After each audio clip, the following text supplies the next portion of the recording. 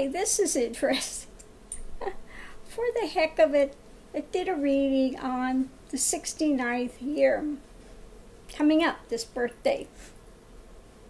What is my 69th year looking like? Well, I'm just going to read this directly out of the book. I'm using again the Tabula Mundi Tarot and the Apocalypsis. Is it Apocalypsis. So the card in the middle was the Princess of Cups, or Earth of Water.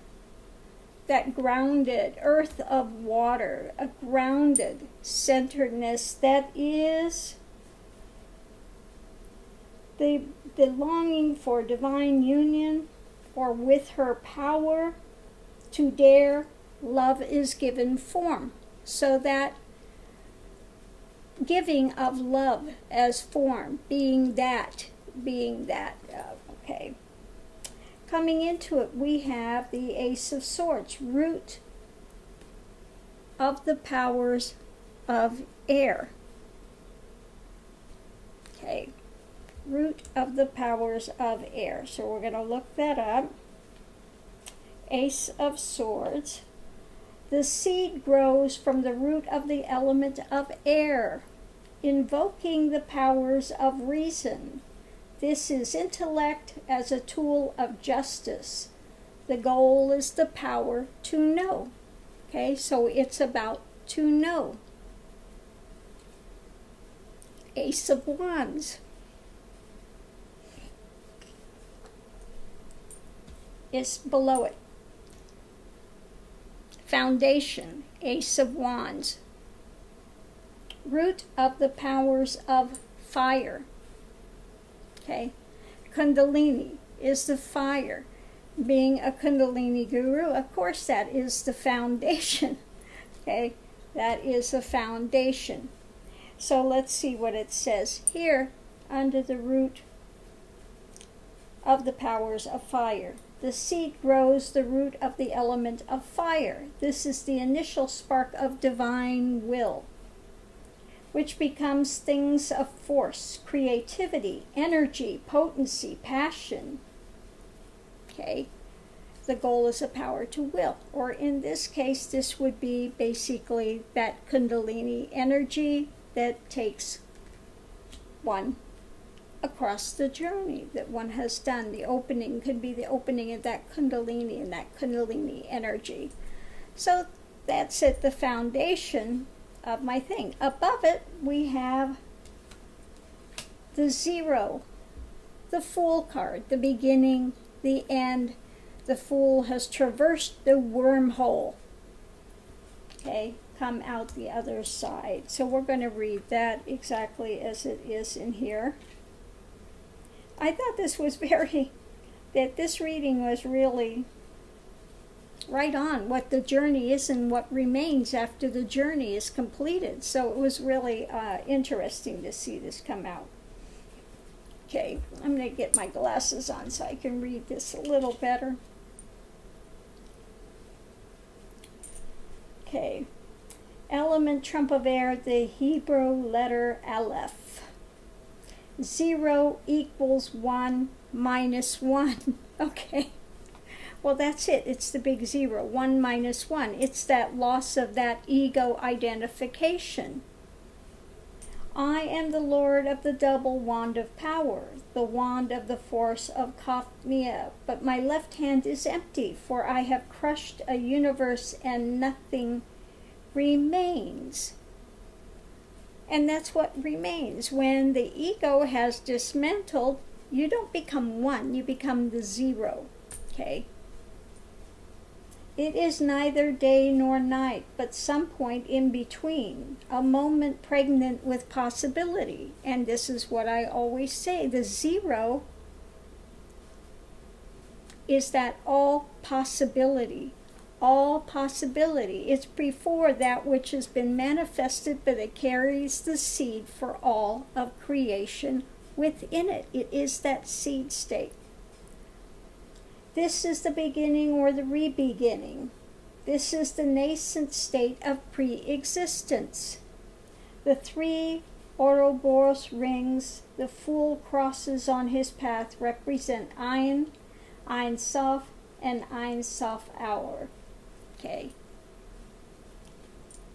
So basically it's the Aum, Om. Okay. This is what is crossed in the transition. One makes that journey, one starts at the 1 and ends with the 0 in the end. Okay, one has traversed, and I like this one where everything is flooding into the wormhole of existence and you come out the other side. So what remains when one comes out the other side? Now, I thought this was really interesting. What we have going into it is the 9 of Swords, cruelty. Now, I'm going to read this because this has to do with that mind spin that people are in that create and sustain ego, that create and sustain their suffering. Okay. Let's see what they have to say. Lord of cruelty. This is the anguish of the mind, cruel and despairing, that must be overcome through mental discipline. You walk the path. You walk the path. And this is what is challenged. This is why I say you have to be in that stillness, and you have to challenge the mind as it rises and see beyond it to the illusion that it is, that it holds the illusion in place. Now I drew another card as the complement to this from the other deck. And what I got was, which is really interesting, the world.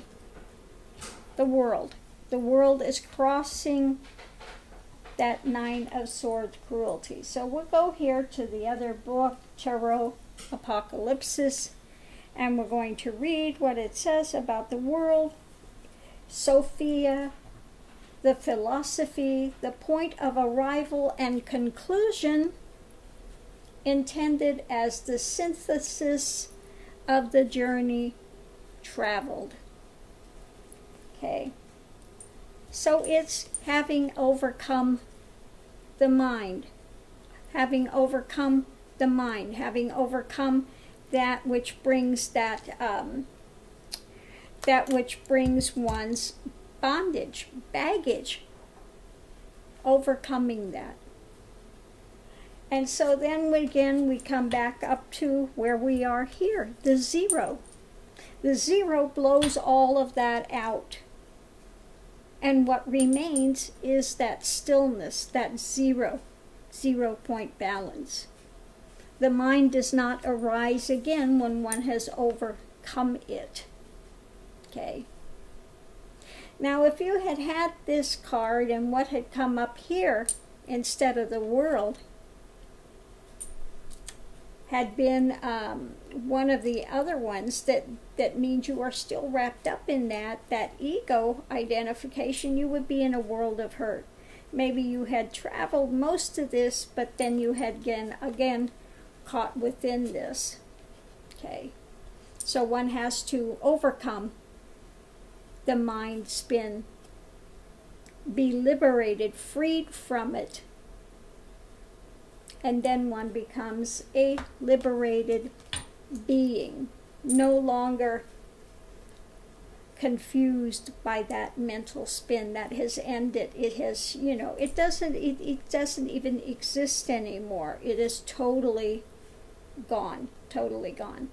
So I thought that this was just really interesting the way that it came out, and it really is a description of the path that one takes. One has to go into it first wanting that divine union, wanting to know what is God, what is that, and wanting to be able to express that to humanity in them. And you make that pact that whatever I get, I will give back to humanity. Okay, that's your starting point. I want to know truth. I want to know God. I want to know it beyond all things. Okay? So, one is looking for truth. I'm looking to cut through the illusion. I want to cut through the illusion. I want to get to truth. I want to know what it is. And through that desire to have that union and that truth, what happens is the Kundalini awakens. That most powerful of energies. And it takes one through the journey, through the wormhole of existence and out the other side. Spits one out the other side. And through that comes the end of the mental fabrications, the illusion, the bondage to overcoming the world in realization. So this really is an explanation of the path, how it works, what one traverses, what sets it up, what puts it in motion. So I just wanted to share that. I thought that was really, really interesting that it so aptly describes the journey to liberation. What's the foundation? Where is the start? How does this awaken? Where does one go? What remains? Okay. So I just wanted to share that. That was the reading of my 69th year on planet Earth. What remains? What's going to be there going forward? Okay, you've done the path. Basically, what remains is the play of God, just to continue to play it out, your Prarabdha karma. You continue to play out the Prarabdha karma. Okay, yeah, the universe. The universe is yours at that point. Okay, you are part and parcel of the universe. Okay, that's all. That's what remains. The play of God, you just play it out. Okay, so thanks for tuning in. I wanted to share that with you. I just thought it was interesting the way that comes up, and really does say what the path is all about and where one finally ends when it's completed. Okay, thanks for tuning in. I hope everyone's having a wonderful March 14th. Have a good day.